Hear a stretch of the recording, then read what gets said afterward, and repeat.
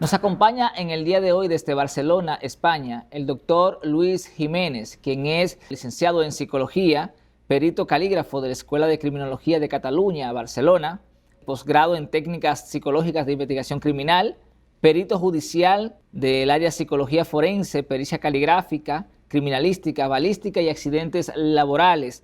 Es director de los programas de máster en Psicología Forense, Psicología Criminal, Ciencias Policiales e Investigación Criminal de la Universidad Europea Miguel de Cervantes, así como también director de los programas de maestría, Psicología Criminal y Criminalística de la Universidad Europea del Atlántico, España, y la Universidad Internacional Iberoamericana de México, a través de la Fundación Universitaria Iberoamericana FUNIBER. Doctor, bienvenido, un placer tenerle con nosotros. Gracias, Fer. Iniciamos esta entrevista preguntándole cuáles son los factores que inciden en que una persona se convierta en delincuente o en criminal. Son muchísimos. O sea, y la conjunción de todos estos factores en cada persona es única. Hay múltiples factores. Hay factores que son internos a la persona, factores que son externos. Hay multitud de factores, ¿no? O sea, no hay una combinación única. En cada persona es una configuración única. ¿Cuáles factores internos de la persona pueden incidir en la conducta criminal?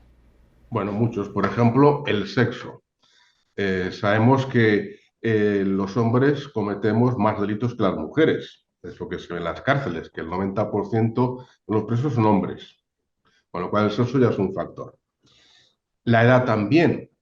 Hay determinadas edades en las que se cometen más delitos. La carrera del delincuente comienza más o menos en las primeras etapas, la pubertad, y llega hasta los veintitantos años, la época más activa. A partir de los 28, 29, 30 años empieza a decaer la curva de la criminalidad si observamos las estadísticas, ¿no? Con lo cual lleva a ciertas edades en las que es más probable ser delincuente.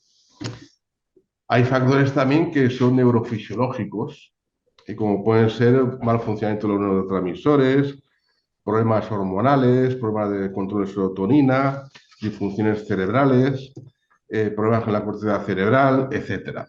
Factores también psicopatológicos, algún tipo de enfermedad mental, factores psicológicos, como por ejemplo una falta de tolerancia a la frustración, etc.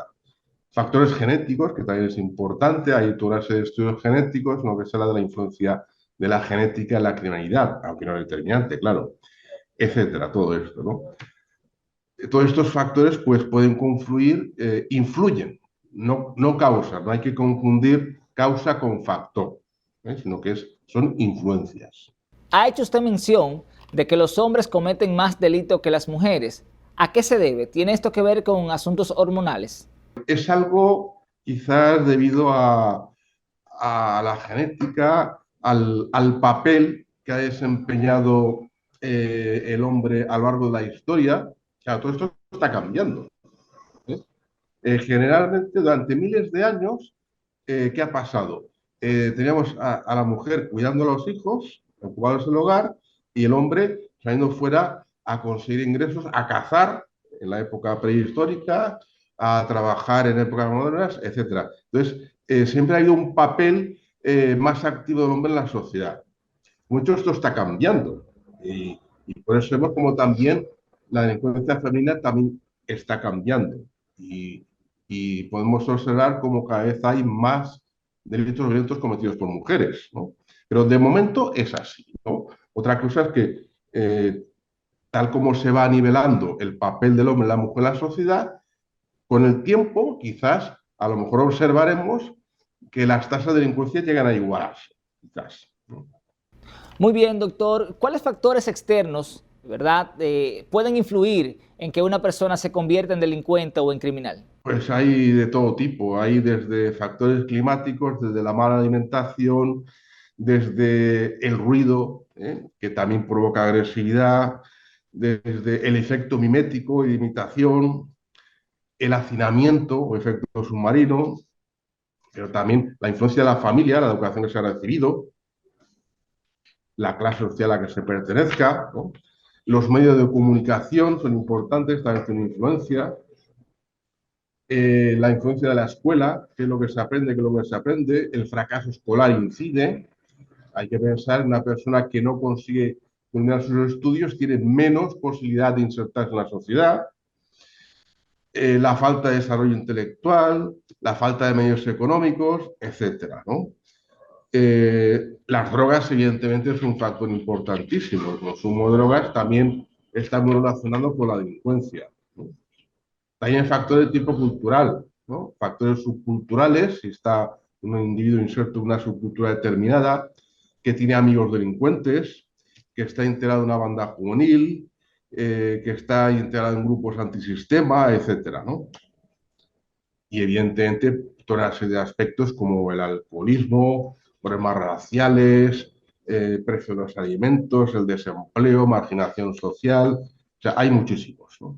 Doctor, ¿cómo se puede explicar el hecho de que un individuo se desarrolle en un ambiente marginado, excluido, prácticamente inadecuado y no se convierta en delincuente, mientras que otros que se desarrollan en ambientes adecuados, ¿verdad?, prácticamente perfectos, sí se conviertan en delincuentes? ¿Cuáles factores influyen acá? El problema es eso, que los factores son factores, no causas, influyen. Pero claro, una cosa es influir y otra cosa es que salga un resultado.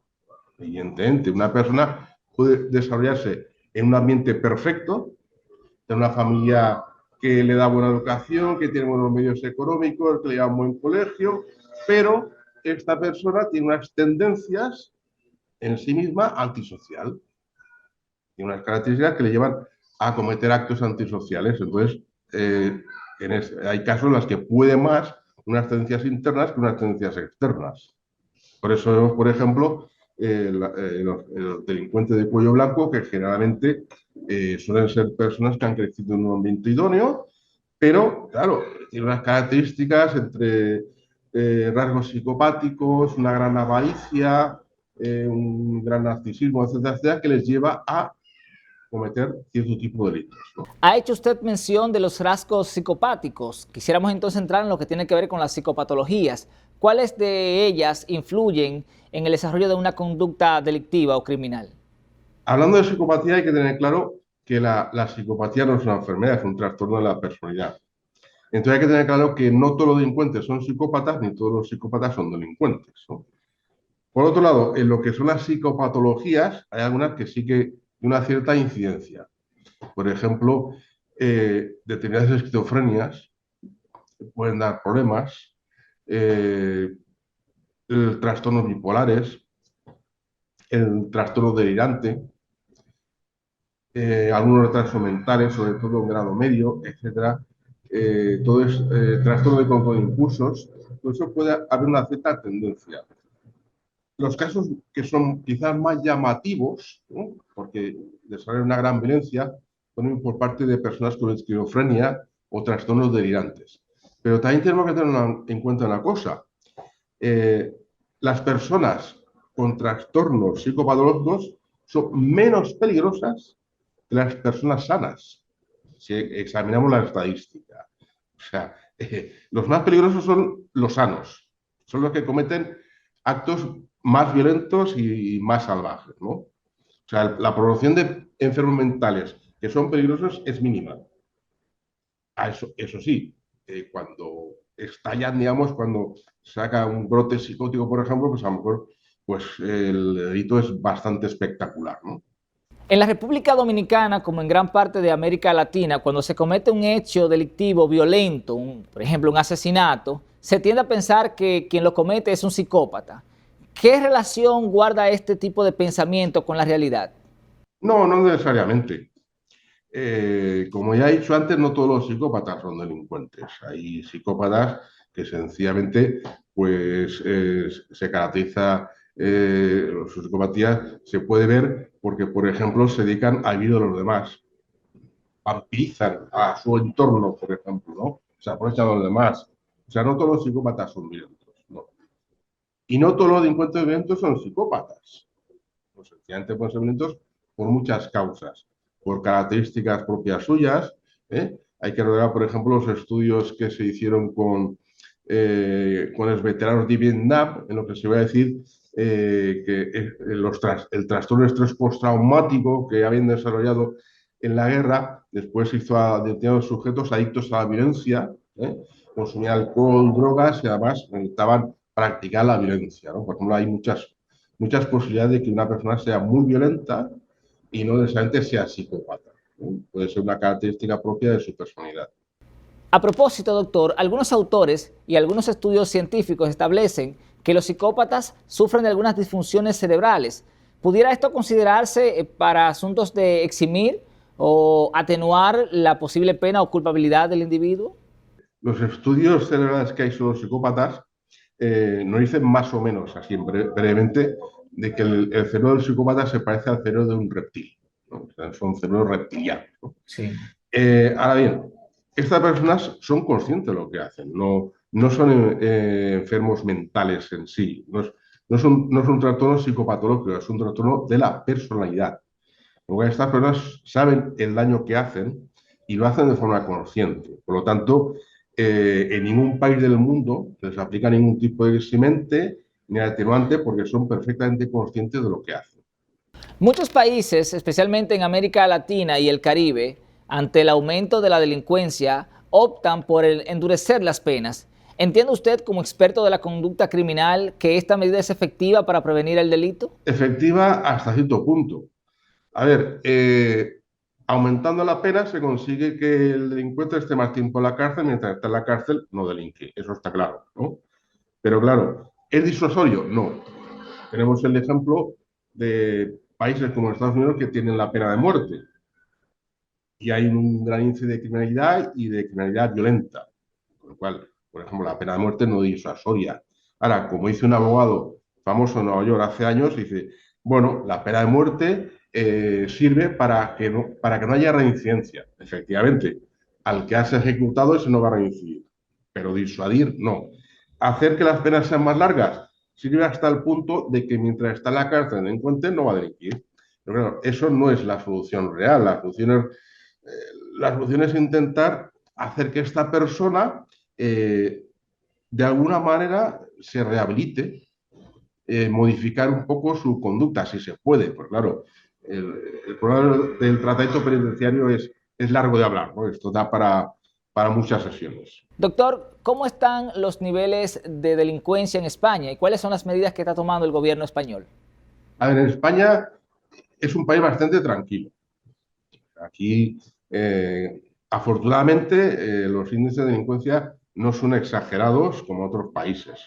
A nivel europeo estamos pues, de los más tranquilos, incluso a nivel de delitos violentos.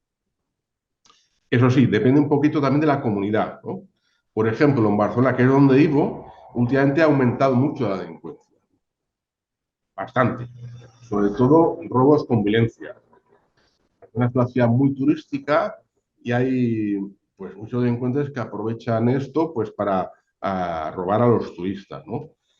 Esto es un problema también un poco de vigilancia, de control policial, de que haya más vigilancia.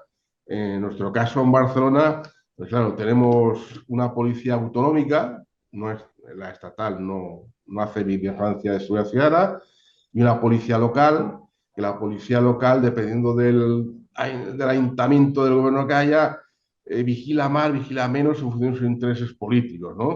Y la policía autonómica pues tampoco brilla por su gran competitividad, no son muy maravillosos, ¿no?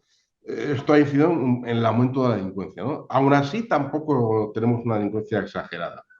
¿Qué ha hecho el gobierno? A ver, lo que se hace aquí para prevenir la delincuencia es, en casos concretos, en localidades, pues poner más patrullas para tener un efecto disuasorio, pero a nivel general, lo que realmente se hace para prevenir la delincuencia, que es la prevención terciaria que llamamos, es nada más y nada menos que castigar la reincidencia. Es la única medida de política criminal que existe hoy en día. No hay nada más, ¿eh? Otra cosa es la prevención primaria y secundaria, que eso sí va dirigido en sitios concretos, pues a aumentar la vigilancia, a poner más sistemas de seguridad privados, etcétera. Pero realmente el gobierno no hace mucho, como casi ningún país. O sea, no, no existen medidas de prevención en todo el mundo que se apliquen de forma global, que funcionen. No, o sea, no. La prevención cojea bastante prácticamente en todo el mundo. Lo que sí ha funcionado es lo que está haciendo El Salvador. Bukele sí que ha conseguido reducir drásticamente la delincuencia, ¿cómo? Metiendo en la cárcel a todos los mareros, a todos los pandilleros. Ha limpiado la calle de pandilleros y la delincuencia ha bajado espectacularmente. Ahora El Salvador es un país seguro. ¿Esto es correcto, es incorrecto? Bueno, funciona. ¿Entiende usted que estas medidas que está tomando el presidente Nayib Bukele son sostenibles en el tiempo?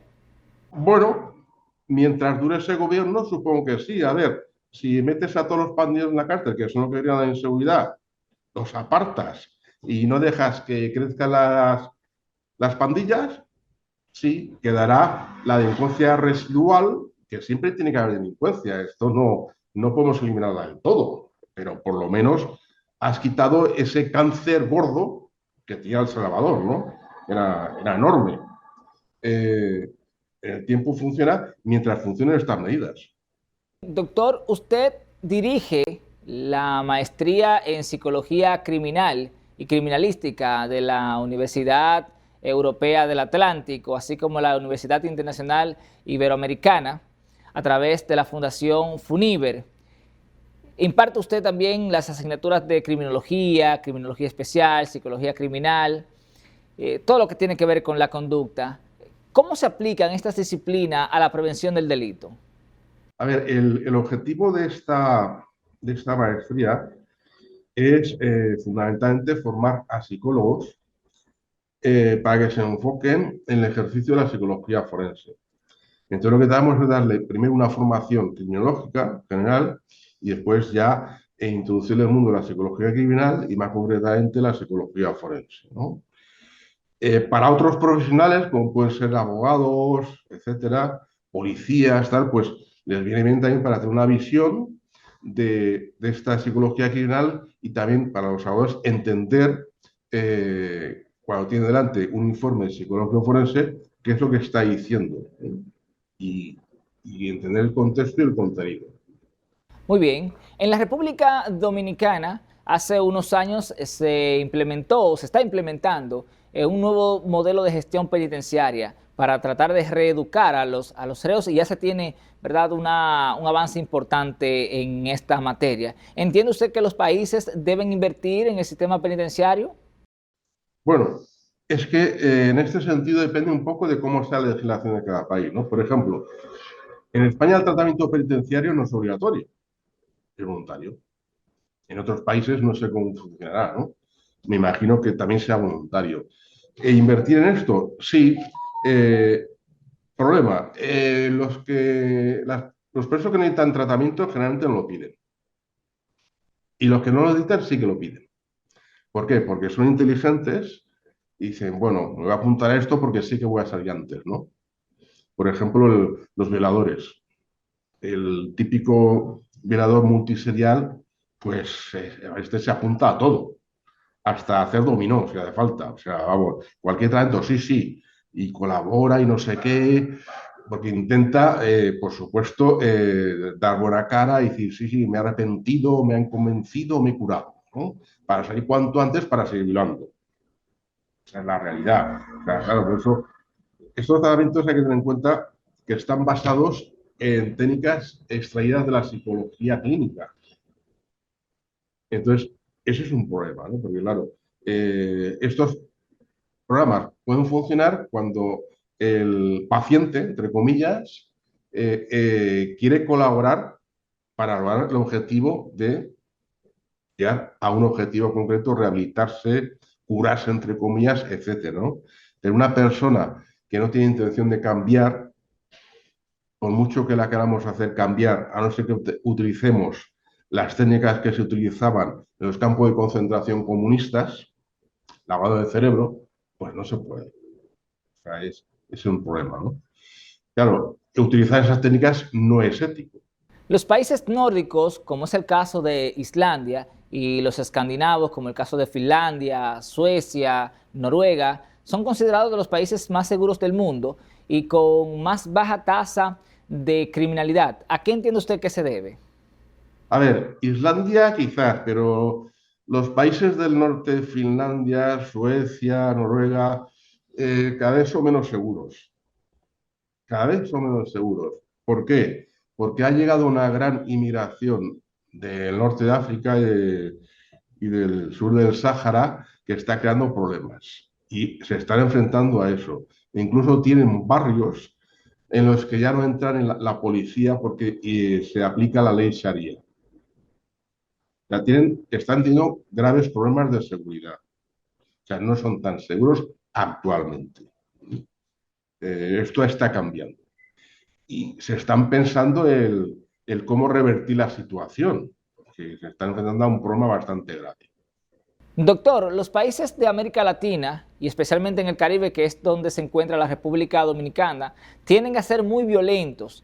¿Cuáles factores entiende usted que influyen en que estos países sean más violentos que otros? Influye todo, influye el clima, influye la cultura que hay, ¿no?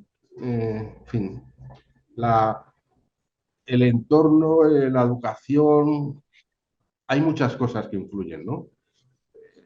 Cómo se ha creado esa, digamos, subcultura dentro de los países, ¿no? Mezclando las tendencias de España, las tendencias indígenas, toda esa mezcla y aparte la propia evolución de esos países que, bueno, han creado pues han ido creando otra cultura concreta, ¿no? Y otra permisividad o otra educación distinta, en fin. Son muchos factores los que influyen. ¿Pueden los gobiernos prevenir la delincuencia a propósito de la aplicación de la criminología y la psicología criminal? Es difícil. A ver, teniendo en cuenta eso, que los factores son enormes, ¿no? Podemos, por ejemplo, eh, aumentar las condiciones socioeconómicas para evitar determinados delitos. Sí, pero entonces surgen otros. O sea, se ha podido demostrar a lo largo del tiempo en países, pero también podemos ver cómo, comparando países desarrollados con subdesarrollados, como, bueno, los países subdesarrollados hay una criminalidad, pero en los subdesarrollados hay otro tipo de criminalidad. O sea, es que controlar todos estos factores es muy difícil, ¿no? Entonces, hacer una prevención, bueno, se puede intentar a nivel primario con la educación. Esto es básico, claro. Hay que empezar desde la escuela. Desde que el niño es muy pequeño, hay que empezar con una educación adecuada, tanto en la escuela como en la familia. Hay que controlar también un poco esa influencia de los medios, de que no les afecte tanto. Ahora estamos viendo, por ejemplo, como cualquier adolescente de 12 o 13 años tiene acceso a la pornografía. Y estamos viendo como cada vez aparecen más casos de menores que no son imputables, según nuestra legislación, de que están cometiendo violaciones en grupo. Chicos de 12 o 13 años que se unen en grupo para violar a una adolescente. Claro, es un problema también, hay que intentar evitar esto, de que tengan acceso a esos medios, de que la educación pues mejore, de que se les inculque unos valores que se están perdiendo. En fin, esa es la base, o sea, la base es la educación. En la República Dominicana no se aplica ningún informe ni estudio criminológico al momento de procesar a un individuo. ¿Entiende usted que es importante llevar a cabo este tipo de estudios, ¿verdad?, para determinar el grado de peligrosidad de un individuo o incluso para determinar la pena a imponer? Es que en España tampoco se hace el informe criminológico. A ver, aquí al detenido lo que se le hace es pasar por el psiquiatra o por el psicólogo forense del juzgado y se hace una evaluación. Primero, para si tiene capacidad para ser procesado. Y después, si acaso, si se puede encontrar algún tipo de circunstancia atenuante o eximente, ¿no? Pero el informe criminológico no se hace. Solamente se hace en el caso de la justicia de menores. Aquí se es preceptivo un informe criminológico. Pero el resto de casos no existe este informe. ¿Que sería conveniente? sería conveniente, porque claro, este informe podría evaluar hasta qué punto la pena que se le puede imponer va a ser beneficiosa para su rehabilitación o no. Pensemos, por ejemplo, una persona normal, normal entre comillas, que un día mete la pata, comete un delito, una persona que está integrada en la sociedad, que tiene su trabajo, que tiene su familia, sus hijos, tiene responsabilidades. ¿Hasta qué punto a esta persona, si la sacamos de la sociedad, la metemos en la cárcel una serie de años, no vamos a conseguir marginarla y hacer que empeore en vez de una pena más corta y quizá o con otras medidas, por ejemplo, de trabajos para la comunidad, etcétera, para que no se marginalice? Todo esto se puede examinar a través de un informe criminológico bien hecho. El problema es que no, por ejemplo, en España esto no existe, ¿no? Doctor, no queremos terminar esta entrevista sin antes hacerle una pregunta que imaginamos que se están haciendo todos nuestros televidentes, y es si en España existe corrupción política. A ver, aquí la corrupción a nivel de funcionario de bajo nivel, digamos, hay poca. Hay policías corruptos, sí, pero son los mínimos. La corrupción aquí está a un nivel mucho más alto, a nivel político, ¿eh? A nivel de gobierno, a nivel de ministerio, sus secretarios, sus secretarios, a veces también determinados jueces, en fin, pero no está demasiado extendida, está extendida, pero a un nivel alto. La corrupción que hay, pues llámalo que hay, corrupción de los partidos políticos para conseguir financiación ilegal, contrataciones multimillonarias que se hacen que son amiguete de tal ministro y bueno, te lo adjudico y te llevas tu comisión. La corrupción va en este sentido, ¿no? No está en los estratos tan bajos, por lo tanto no está muy extendida en el nivel bajo, sino a niveles altos, ¿no? Doctor, muchísimas gracias. Un mensaje final para las personas que nos están viendo en la República Dominicana y en todas partes del mundo. Una invitación también a aquellos que le interese estudiar en FUNIVER. Bueno, muchas gracias por la entrevista y debo decir que quiero mucho a ese país y quiero mucho a su gente porque mi mujer y mis hijas son dominicanas y he estado muchas veces allá, ¿no? Un saludo a todos, que les tengo gran estima y les animo a todos, al que tenga la opción, que tenga el nivel de estudios, pues a que haga, ¿no?, un máster nuestro de psicología criminal o de criminalística. Más ahora además que Univer ha abierto una universidad de la Romana y pueden también tener título de la Universidad de la Romana. Muchísimas gracias, doctor. Un placer. Hemos conversado con el doctor Luis Jiménez desde Barcelona, España. Nosotros vamos a una pausa comercial. Usted manténgase ahí, que ya retornamos con más contenido.